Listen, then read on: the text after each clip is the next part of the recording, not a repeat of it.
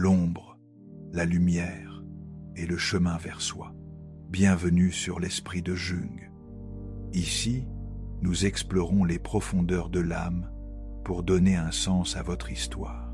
Si vous vieillissez et que vous avez l'impression que les gens disparaissent lentement de votre vie, écoutez-moi un instant. Il existe une peur silencieuse que personne n'aime dire à voix haute. Que se passe-t-il quand le téléphone cesse de sonner? Quand les personnes autour desquelles vous avez construit votre identité, votre rôle, votre utilité, votre place dans leur existence ne sont plus là? La plupart des gens se distraient de cette question. Ils restent occupés, ils restent bruyants, ils restent entourés. Mais la peur ne disparaît pas. Elle attend simplement. Restez avec moi jusqu'à la fin, parce que je vais vous donner 4 piliers qui maintiennent une personne psychologiquement intacte en vieillissant. Le 3e, c'est celui qui rend les gens très silencieux, parce qu'il expose la vraie raison pour laquelle vieillir semble terrifiant pour tant de personnes. Je ne suis pas ici pour vous réconforter avec des clichés. Je suis ici pour vous dire la vérité. La vieillesse n'est pas seulement un changement physique, c'est un test psychologique. Kant a dit quelque chose de brutal. Vous devez devenir une loi pour vous-même. En termes clairs, cela signifie ceci. Si votre paix dépend du fait que d'autres personnes restent, approuvent ou ont besoin de vous, vous souffrirez. Mais si votre paix vient de votre fondation intérieure, vous devenez inébranlable. Quand nous sommes jeunes, nous nous appuyons sur les relations comme sur des béquilles.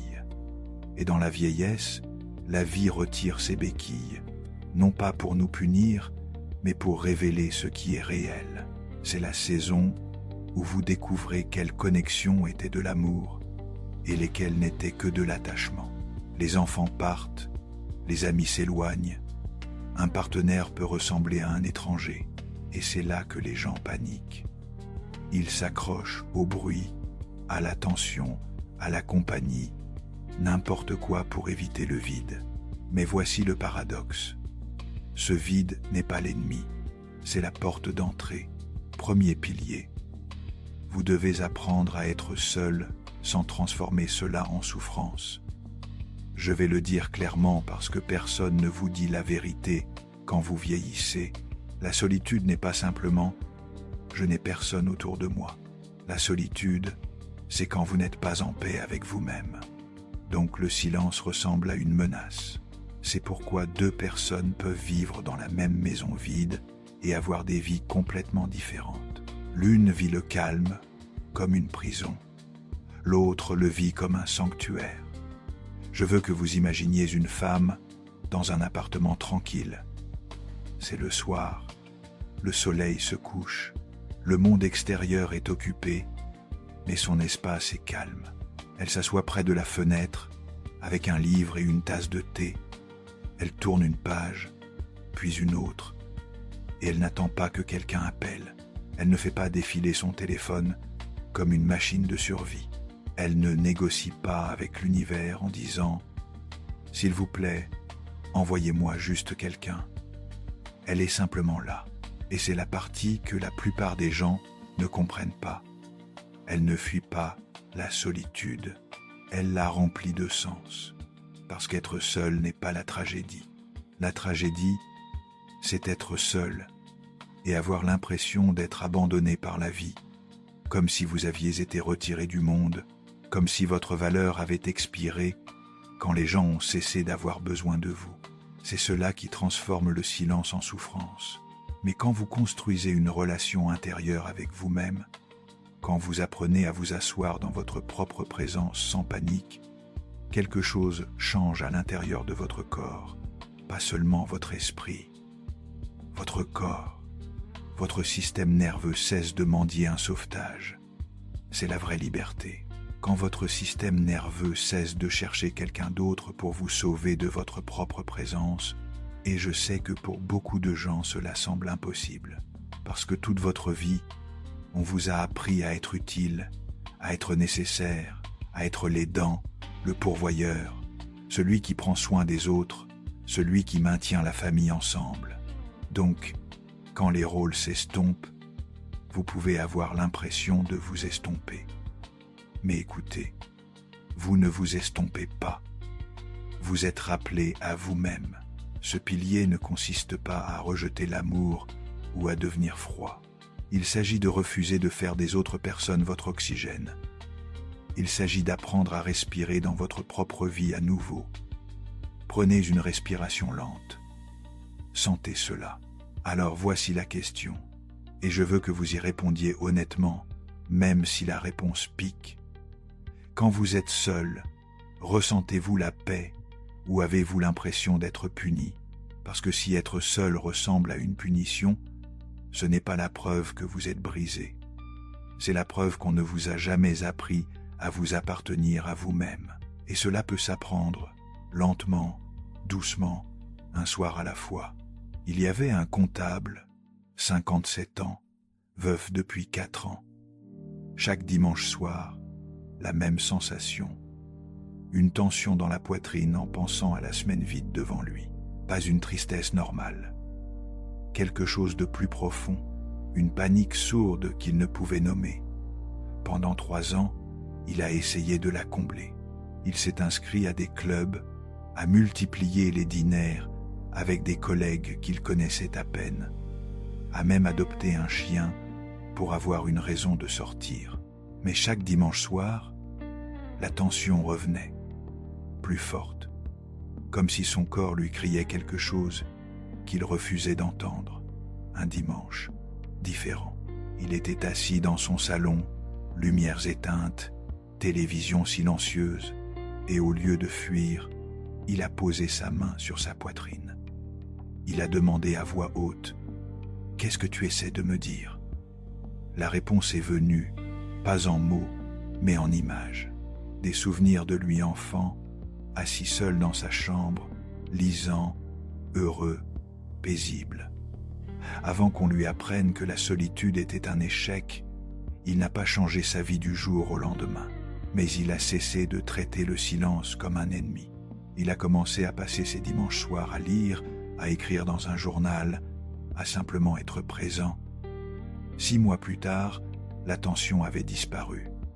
Pas parce qu'il avait trouvé quelqu'un, parce qu'il s'était retrouvé lui-même. Ce que son corps savait, avant que son esprit ne l'accepte, vous ne pouvez pas fuir votre propre présence pour toujours. Maintenant, voici où la plupart des gens échouent.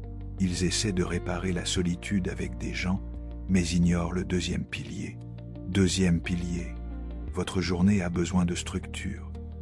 Et non, il ne s'agit pas de devenir rigide, ennuyeux ou de transformer votre vie en liste de tâches.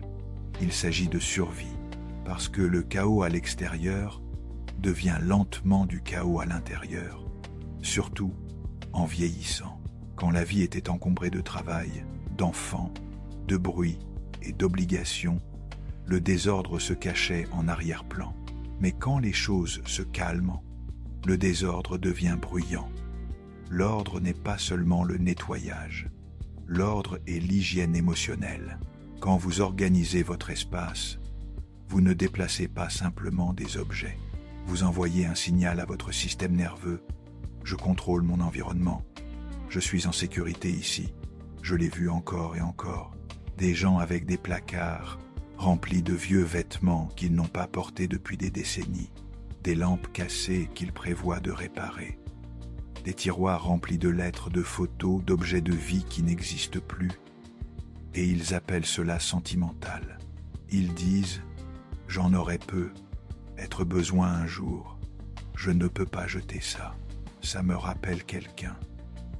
Mais voici la vérité que la plupart des gens évitent très souvent.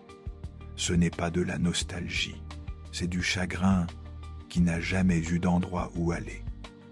Alors, il s'est installé dans les meubles. Chaque objet que vous gardez porte un poids. Chaque coin inachevé vous demande silencieusement quelque chose. Et quand votre maison est pleine de résidus émotionnels, votre esprit ne se repose jamais complètement. C'est pourquoi certaines personnes se réveillent fatiguées dans un lit propre, pas à cause de l'âge, mais parce qu'elles sont entourées du passé, qui demande à être rappelé, traité, pleuré. Le passé peut devenir un fardeau si lourd qu'il vole votre présent. L'ordre crée le rythme, et le rythme crée la dignité.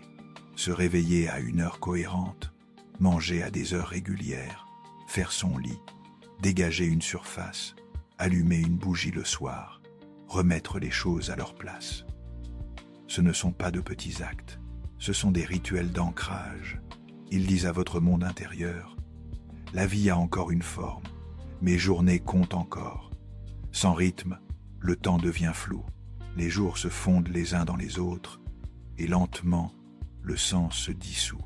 C'est pourquoi des gens qui disent que rien ne va mal se sentent quand même agités et anxieux. Leur environnement parle un langage de chaos, même si leurs mots le nient. Alors je veux vous demander quelque chose. Ne précipitez pas la réponse. Quelle est la chose dans votre maison que vous gardez depuis des années et qui vous draine secrètement chaque fois que vous la voyez? Quelque chose que vous évitez de toucher, quelque chose qui porte une mémoire que vous n'avez jamais fini de ressentir. Vous n'avez pas à tout jeter aujourd'hui. Mais vous devez cesser de prétendre que le désordre est inoffensif. Jusqu'à présent, nous avons exploré comment la solitude devient un sanctuaire quand nous cessons de la fuir. Dans la vie réelle, cela se manifeste quand vous réalisez que la paix ne vient pas de remplir votre agenda, mais de remplir votre présence. Mais il y a quelque chose dont nous n'avons pas encore parlé. Que se passe-t-il quand votre monde extérieur devient ordonné, mais que vous vivez encore sous le regard des autres? Parce qu'une fois que vous construisez le rythme et l'ordre, une fois que votre monde extérieur cesse de tirer sur votre attention, vous commencerez à remarquer le prochain piège. Un piège qui n'a rien à voir avec les objets et tout à voir avec les autres personnes. Et c'est là que commence le troisième pilier. Troisième pilier, vous devez cesser de vivre sous le regard des autres. Et je vous le dis maintenant, c'est celui qui met les gens mal à l'aise parce qu'il expose quelque chose que la plupart d'entre nous ne veulent pas admettre. Une grande partie de votre vie a été une performance. Pas parce que vous êtes faux, parce que vous avez appris tôt que l'approbation équivaut à la sécurité. Alors vous êtes devenu bon, serviable, facile à aimer. Vous avez appris à lire la pièce, à maintenir la paix, à être la version de vous-même qui est récompensée. Mais voici la vérité brutale. Si vous avez besoin de permission pour être vous-même, vous ne serez jamais libre. La vraie liberté, c'est agir selon votre loi intérieure, pas selon l'approbation. Et la vieillesse a une étrange façon de traîner cela à la lumière.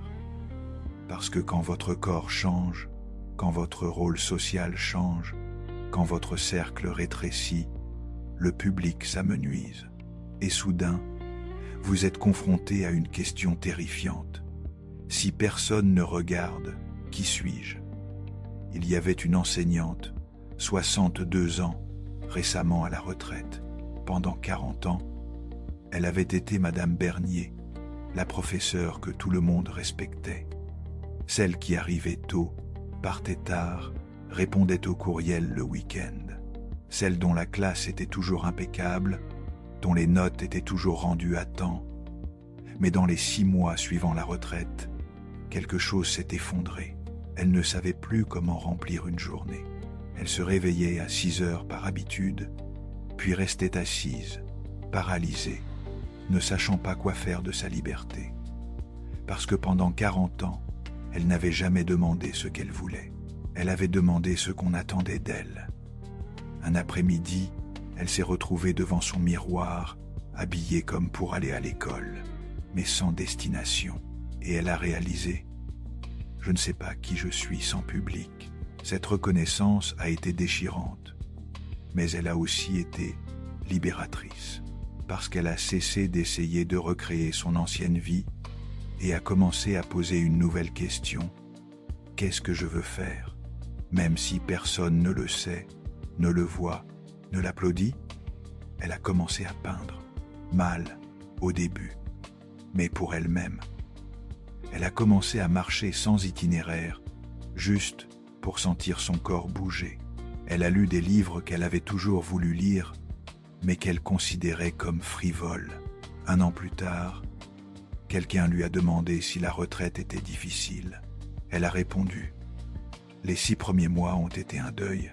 Maintenant, c'est une renaissance. » Ce qu'elle a découvert, la vie commence quand vous cessez d'auditionner pour l'approbation des autres.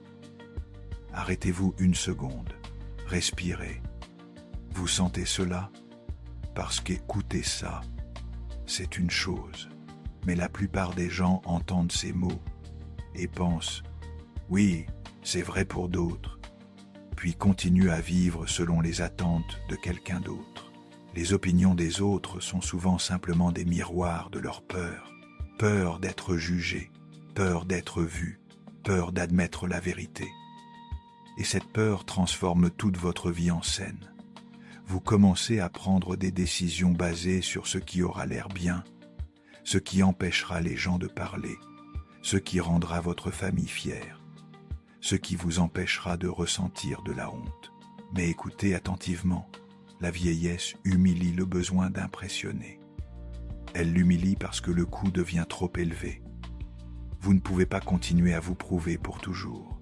Vous ne pouvez pas continuer à auditionner pour l'amour. Vous ne pouvez pas continuer à éditer votre vérité pour que les autres restent à l'aise. Et honnêtement, vous ne devriez pas avoir à le faire.